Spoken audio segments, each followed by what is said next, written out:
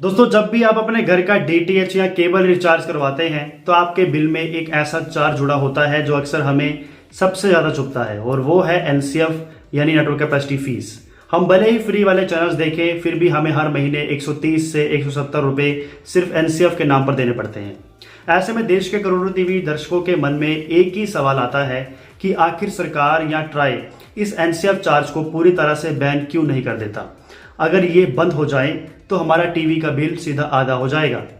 आज के इस वीडियो में मैं आपको इस एनसीएफ के पीछे का पूरा बिजनेस मॉडल समझाऊंगा और ट्राई का वो असली नियम बताऊंगा जो कोई और डीटीएच कंपनी शायद आपको नहीं बताएगी। सबसे पहले हमें यह समझना होगा कि हमारा टीवी का बिल असल में दो हिस्सों में बटा हुआ होता है। पहला हिस्सा होता है पे चैनल्स का पैसा, यानी जो पैसा हम स्टार, जी या सोनी जैसे चैनल वालों को देते हैं, और दूसरा हिस्सा होता है एनसीएफ जो सीधा आपकी डीटीएच कंपनी जैसे टाटा प्ले, एयरटेल या आपके लोकल केबल ऑपरेटर की जेब में जाता है।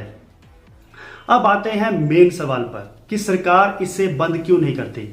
इसे एक आसान उदाहरण से समझते हैं। मान लीजिए आपने घर में पानी का कनेक्शन लिया है।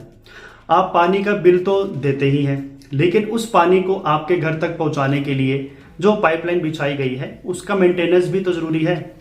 बिल्कुल यही काम डीटीएच कंपनियां कर रही हैं।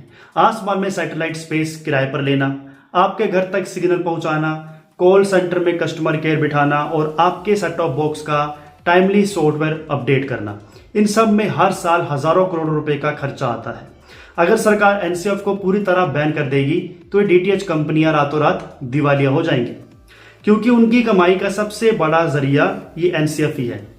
अब आप सोच रहे होंगे, तो क्या पहले के जमाने में कंपनियां नुकसान में नहीं होती थी? तब एनसीएफ भी नहीं था। दरअसल 2019 से पहले कोई अलग से एनसीएफ नहीं होता था। तब डीटीएच कंपनियां मनमर्जी का पैकेज बनाती थी और चैनल्स के रेट में ही अपना प्रॉफिट छुपा लिया करती थी। ट्राई ने एनसीएफ का नियम इसीलिए लागू किया ताकि पारदर्शिता बनी रहे। सरकार चाहती थी कि ग्राहक को साफ साफ पता हो कि वो चैनल्स के लिए कितना पैसा दे रहा है और सिर्फ कनेक्शन चालू रखने के लिए कितना पैसा दे रहा है।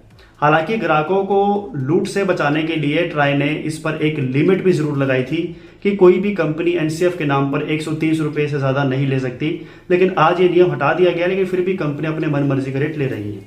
तो फाइनल कंक्लूजन यही है दोस्तों कि एनसीएफ कोई फालतू का टैक्स नहीं है, बल्कि वो सर्विस चार्ज है जिससे आपका टीवी बिना रुके चलता रहता है। इसलिए सरकार इसे कभी पूरी तरह बंद नहीं कर सकती। हाँ, इसके रेट्स को जरूर कम किया जा सकता है। क्या आपको लगता है कि ट्राई को 2026 में एनसीएफ के रेट्स घटाकर 50 से 60 रुपए के करीब कर देने चाहिए? आपकी राय मुझे कमेंट्स में जरूर बताइए। डीटीएच टेक्नोलॉजी से जुड़ी हुई हर तरीके की जानकारी के लिए आज ही हमारे चैनल को सब्सक्राइब जरूर करें।